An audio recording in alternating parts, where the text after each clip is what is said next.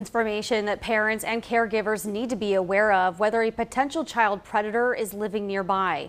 Hundreds of sex offenders live among us across the valley, and I went undercover with the Trumbull County Sheriff's Office on their sex offender sweep this month to provide you an exclusive look at what it takes to make sure these offenders are following the law. Visiting homes in residential neighborhoods without warning.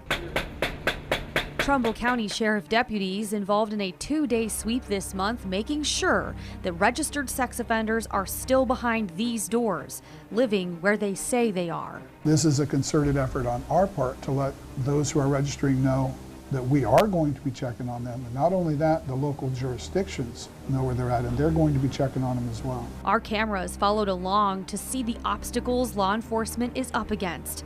Some of the offenders not home or in a variety of living conditions. Just doing the SORN address verification stuff, that's all. How's it going today? Slow? Deputies search for any indication that the offenders could still be a risk to others or are lying about their actual residence. You got any mail with something with an address on it? Kind of a telltale sign of a violation is if we come in and we find toys in the home.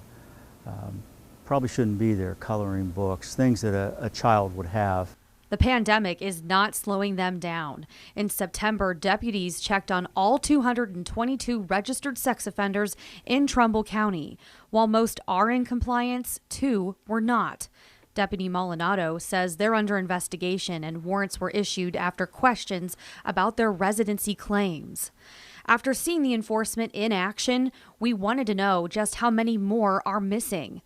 A 21 News investigation found 275 registered sex offenders are in non-compliance in the state of Ohio. Counties with the highest in Northeast Ohio are Cuyahoga with 32 and Summit with 40. In the Valley, Trumbull County has 2, Mahoning County has 3, and Columbiana County has 2 sex offenders not reporting where they live, which they are required to do by law. Homeless offenders are tough to track, and they often end up at motels like this one. I'm told that they have to register by law to a place where they consider their home, where they return frequently. Where they can register homeless is limited, and we try to do that here in Trumbull County, but there's no law against being homeless. And sex offenders often don't have anywhere to go because sort of the traditional places where they would go, shelters won't take them, families sometimes won't take them or can't because of these rules. Assistant County Prosecutor GABE WILDMAN has an average of 3 to 5 failure to register cases a month.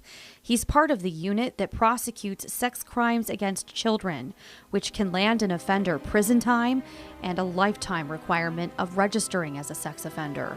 The only thing scarier than living next to a sex offender is not knowing that you live next to a sex offender. And you can do a simple search of your address on the Sheriff's Office website just to see how close a registered sex offender lives near you. Parents, you are urged to talk to your kids as well about apps where predators could be lurking. The KIK app, spelled K-I-K, is notorious for predators to search for minors.